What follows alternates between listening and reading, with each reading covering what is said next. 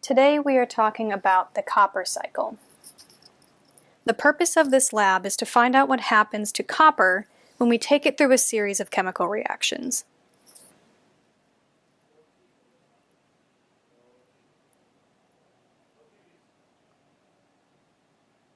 Here is our list of materials. Our main chemicals are copper, nitric acid, sodium hydroxide, zinc, and sulfuric acid.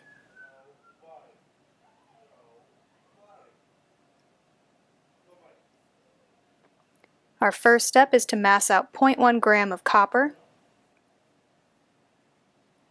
powdery red solid, massed out to 0.1 grams. Pour it into the beaker. Make sure all of the copper powder makes it into the beaker.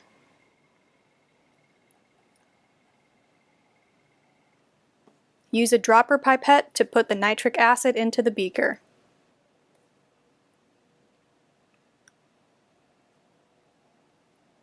This must be done in a fume hood due to the gas that is produced when nitric acid reacts with copper. If you watch carefully, you can see that gas being produced as the nitric acid makes contact with the copper. Take note of the color change. We started off with reddish-brown copper. Now we have a blue solution. The watch glass is going to trap the gas inside so that you can make some observations about it.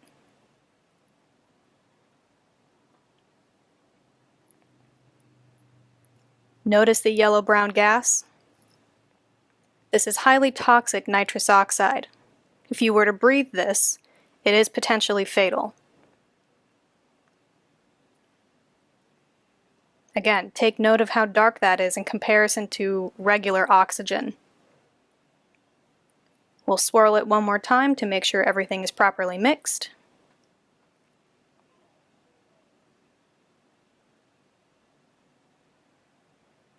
And we'll release the gas into the fume hood.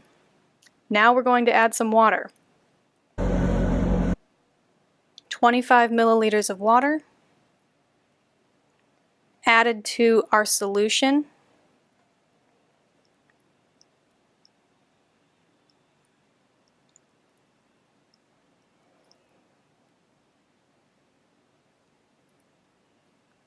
This is going to dilute our solution to a safer level.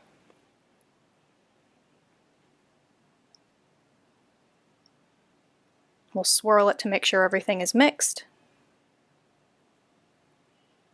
Now we're going to add sodium hydroxide and swirl.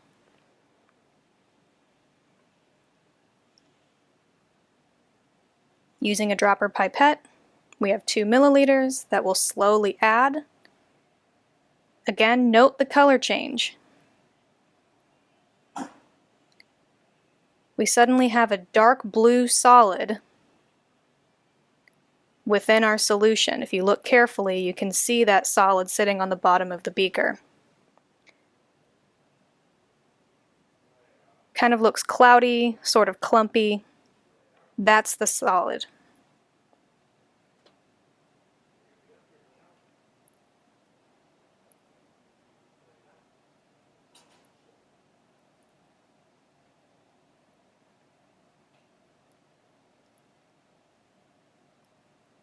You can see parts of the solid on the side of the beaker.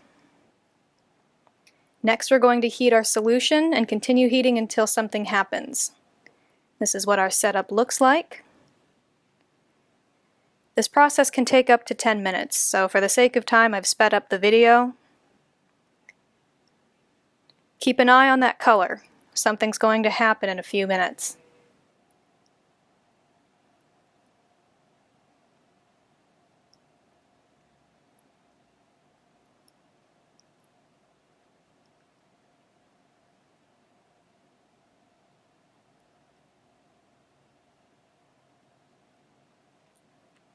It's important to keep stirring while this heats so that everything heats at a constant temperature. There's not one hot spot over another.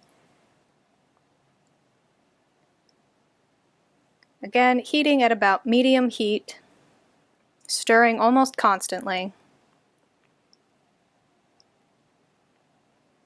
We've almost reached peak heat.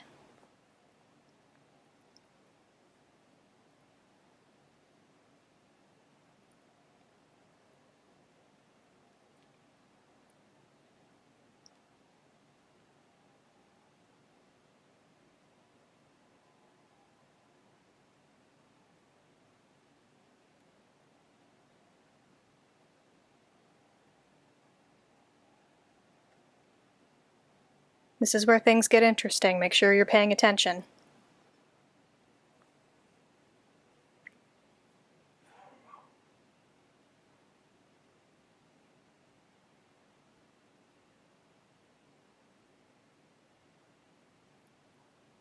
Look, our color's starting to change.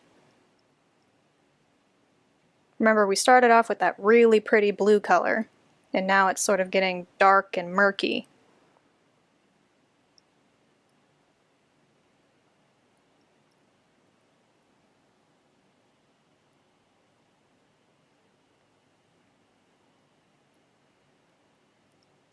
You can see that a black solid has started to form on the bottom with a clear liquid sitting on top. We're going to stir for just a little bit longer.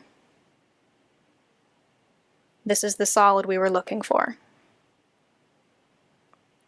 We'll remove that beaker from the hot plate and let it cool down for a bit. Again, see this separate solid and liquid. Now we're going to filter that out and make sure we get all of the solid out of the liquid. Using a filter, we pour everything into the funnel with the filter paper. The liquid is going to drain out into the beaker below, leaving the solid behind. Again, this is a really slow process, so I've sped up the video. This can take up to 20 to 30 minutes.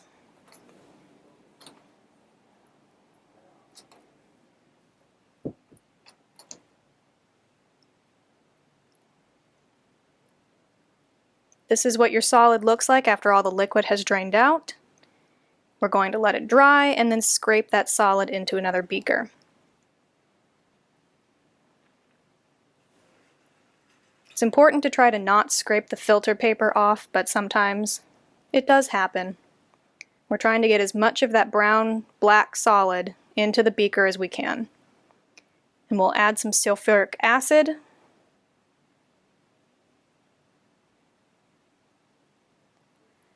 About 15 milliliters are going into that small beaker with our black-brown solid.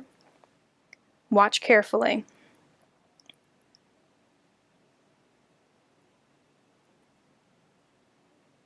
It sort of looks like mud at first, but as we continue to swirl, things will change.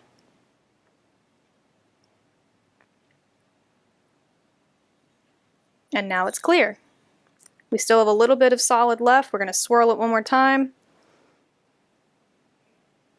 Again, note that color change, extremely distinct. You can ignore the little white things floating around. That's filter paper that got stuck in my solid. But we have a distinct color change, and that black-brown solid has disappeared. We'll mass out 0.1 gram of zinc filings. Zinc is that silverish gray solid. It is a metal. We'll add that into our new solution. It's immediately going to bubble. You can see those bubbles coming off. The bubbles being produced are hydrogen gas. It smells absolutely horrible.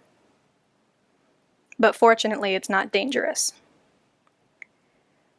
We want to continue to swirl this until it becomes a colorless solution. The closer to colorless we can get the solution, the better results we're going to have. As we swirl, you can see some solids start to produce again. This is not the zinc. This is actually copper being reintroduced in solid form. The more we swirl, the more copper we get sitting on the bottom. It almost looks alive with the bubbles that are forcing it to rise up and down. within that liquid.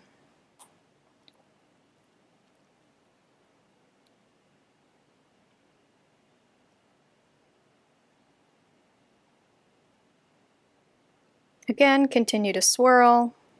Our solution is slowly becoming more colorless, and as we do, we get more and more copper.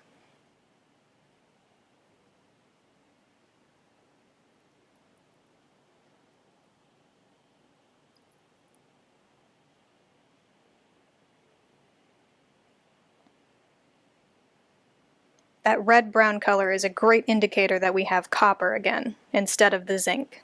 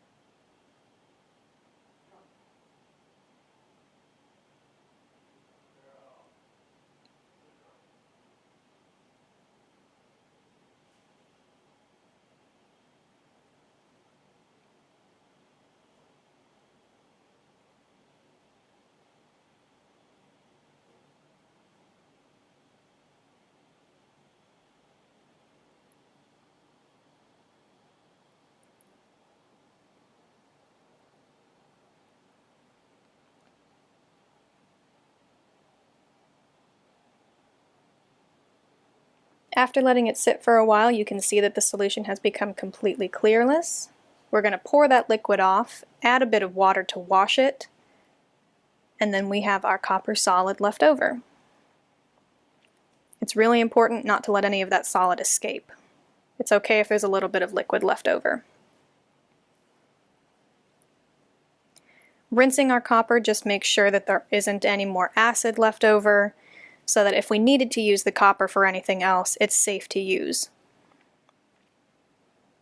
You can see that really nice red color for the copper. We'll swirl to make sure that all of that acid has been washed off.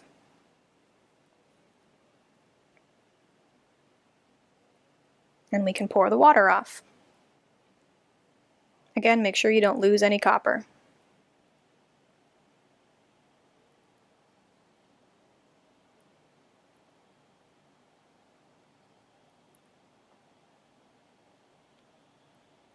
After letting this dry for a bit, this is our copper. And I massed it out just to see how much we got. We ended up with 0.6 grams. That's the Copper Cycle Lab. Thanks for watching.